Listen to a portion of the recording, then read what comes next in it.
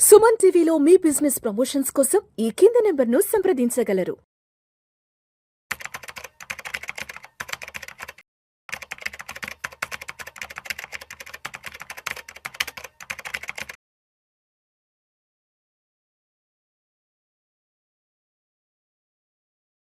రామచంద్రమూర్తి గారు నమస్తే సార్. నమస్తే విష్ణు గారు.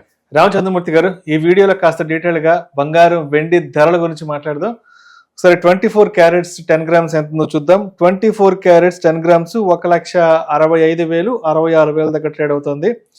వెండి విషయానికి వస్తే కేజీ 2,76,000 2,77,000 దగ్గర ట్రేడ్ అవుతుంది. ఒకవైపు ఏమో గత వారం రోజులుగా అమెరికా, ఇజ్రాయిల్, ఇరాన్ మీద నాన్ స్టాప్గా దాడులు చేస్తూ ఉన్నాయి. ఒక పక్క ఏమో క్రూడ్ ఆయిల్ ప్రైసెస్ కూడా విపరీతంగా పెరిగిపోతున్నాయి. ఏంటి మరి బంగారం వెండి ధరల పరిస్థితి ఏంది? ఇంకా ఎంతవరకు వెళ్ళే అవకాశం ఉందంటారు? అంటే ఇంకా బాగా పెరిగే అవకాశం ఉందా, లేదంటే కొంత తగ్గుముఖం బట్టి అక్కడక్కడ ఉండే అవకాశం ఉందంటారా? సో యాక్చువల్గా అంటే మనకి యుద్ధం వచ్చినప్పుడు గోల్డ్ సిల్వర్ పెరగాలి, కానీ ఇప్పుడు ఏంటంటే అన్ఎక్స్పెక్టెడ్గా మొన్న సిల్వర్ 3 lakhs దాకా వచ్చింది, గోల్డ్ 1,70,000 దాకా వచ్చింది. ఆ తర్వాత అక్కడి నుంచి దాదాపు డౌన్ అయింది. ఇప్పుడు ఇంటర్నేషనల్గా చూస్తే మనకి మొన్న హై వచ్చి $4,300 దాకా వచ్చింది. ఆ తర్వాత $4,000 తగ్గి ఇప్పుడు 4,100కి వచ్చింది. ఇది సిల్వర్ గోల్డ్ ఇంటర్నేషనల్. సిల్వర్ అదే టైంలో $90 దాకా వచ్చి ఇప్పుడు $80 వచ్చింది. ఇక్కడ ఏం జరిగిందంటే యాక్చువల్గా ఈ డాలర్ ఇండెక్స్ పెరిగింది, అంటే డాలర్ వాల్యూ పెరగడంతో గోల్డ్ తగ్గింది అనమాట. అంటే ఎక్కువ మంది ఇంతకు ముందు ఏం చేశారంటే డాలర్ మీద కాకుండా గోల్డ్ మీద మొగ్గు చూపించారు. ఇప్పుడు ఈ వార్ టైంలో ఏం చేశారంటే డాలర్ మీద కొంచెం ఎక్కువ ఇన్వెస్ట్మెంట్ చేస్తున్నారు. దాంతో గోల్డ్ కొంచెం రేంజ్లో ఉంది. అయితే ఇది బ్రేక్అవుట్ ఎప్పుడు అవుతుంది అంటే ఇప్పుడు క్రూడ్ వాల్యూ ఎక్కువ పెరుగుతుంది కాబట్టి దానికి కాంపెన్సేషన్గా ఇన్ఫ్లేషన్ పెరగటం మొదలవుతుంది. ఇన్ఫ్లేషన్ మొదలైనప్పుడు గోల్డ్ పెరుగుతుంది. కాబట్టి గోల్డ్ సిల్వర్ అయితే నెక్స్ట్ లెగ్లో ర్యాలీ అయితే ఉంది. ఎందుకంటే ఇప్పుడు ఇన్ఫ్లేషన్స్ ఇప్పుడు ఆల్మోస్ట్ క్రూడ్ $85 వచ్చేసింది కాబట్టి సో ఇప్పుడు ఇన్ఫ్లేషన్ పెరుగుతుంది అన్ని చోట్ల. సో ఇప్పుడు మళ్ళీ గోల్డ్ సిల్వర్కి రెక్కలు వస్తాయి. కాబట్టి ఈ లాస్ట్ టైం ఏమైందంటే ఎక్కువ మంది ఈ సిల్వర్ 4 లక్షల దగ్గర 3.5 లక్షల దగ్గర కొని బాగా ఇరుక్కుపోయారు.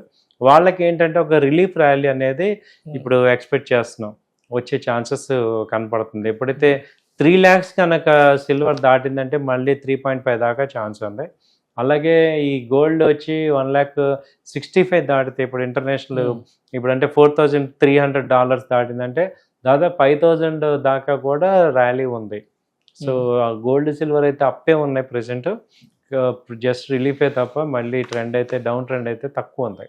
సో ఛాన్సెస్ అప్ ట్రెండ్కి అయితే ఎక్కువే ఉన్నాయి. సరే, ఇప్పుడు బంగారం వెండికి సంబంధించి గత సంవత్సర కాలంగా పెరిగిన ధరలను చూసాం. ఆల్మోస్ట్ గోల్డ్ సిల్వర్ 100% 150% వరకు బాగా పెరిగిపోయినాయి. మళ్ళీ ఒక నెల రోజులు అంటే ఫిబ్రవరి 1వ తారీఖు 2వ తారీఖు నుంచి అంటే బడ్జెట్ తర్వాత నుంచి మళ్ళీ కంప్లీట్ డౌన్ఫాల్కి రావడం జరిగింది. అనమాట 50, 60, 70% వెనక్కి వచ్చేసాయి.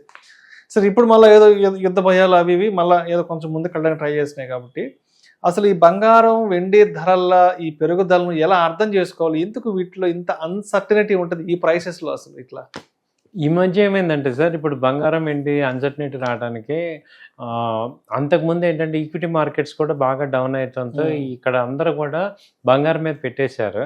అయితే ఎవరైతే ఎక్కువ అమౌంట్స్ ఉన్నాయో అందరూ కూడా గోల్డ్ మీద సిల్వర్ మీద ఇన్వెస్ట్ చేసి ఇప్పుడు ఇన్వెస్ట్ చేయడానికి ఎవరి దగ్గర ఎక్కువ మనీ లేదు. దాంతో స్టక్ అవ్వటం వల్ల వాల్యూమ్స్ తగ్గిపోయినాయి.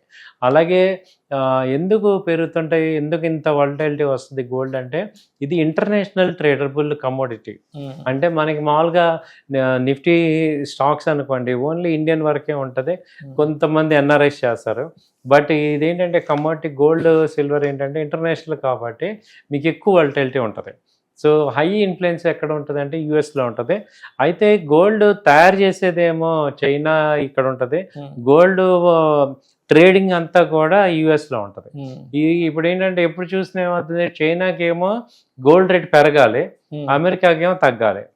కాబట్టి ఎప్పుడైతే గోల్డ్ రేట్లు ఓవర్గా పెరుగుతుంటే వాళ్ళు ఏం చేస్తారంటే మార్జిన్స్ ఎక్కువ పెట్టడం, తర్వాత సెల్ ఆఫ్ తీసుకురావటం, అలా తీసుకొచ్చి ఒక స్టెబిలైజ్డ్ రేట్కి తీసుకొస్తుంటారు. అదే జరుగుతుంది అనమాట. కాకపోతే ఓవరాల్గా చూస్తే పర్ యానం వచ్చి 20% గ్రోత్ అయితే గోల్డ్లో కనపడుతుంది ఏవైనా. సో ఇప్పుడున్న పరిస్థితుల్లో చూస్తే ఏంటంటే గోల్డ్ మళ్ళీ పెరిగే ఛాన్సెస్ ఉన్నాయి కాబట్టి ఈ అన్సర్టనిటీకి రీజన్ ఏంటంటే ఈ సూపర్ పవర్స్ రెండు చైనాగా యుఎస్ ఈ కంట్రీస్ యొక్క ఇన్ఫ్లుయెన్స్ ఎక్కువ ఉండటం వల్ల వాలటిలిటీ ఎక్కువ వస్తుంది. సరే, ఇప్పుడు బంగారం షోరూమ్కి వెళ్ళి కొనాలా వద్దా, లేదంటే ఇంకో 3 నెలల తర్వాత కొనుక్కుందాం, ఒక 6 నెలల తర్వాత కొనుక్కుందాం, లేదంటే మొన్న మధ్య పెరిగినప్పుడు కొనుంటే బాగుండు, తగ్గినప్పుడు కొనుంటే బాగుండు, డైలమాలో ఉండాలి ఏం చెప్తారు? ఎప్పుడు కూడా ఈ గోల్డ్ సిల్వర్ అనేది ఒకే రేటు మీద టోటల్ అమౌంట్ పెట్టకూడదు. అలాగే మీరు 30% కన్నా ఎక్కువ మీ ఇన్వెస్ట్మెంట్లో ఉండకూడదు.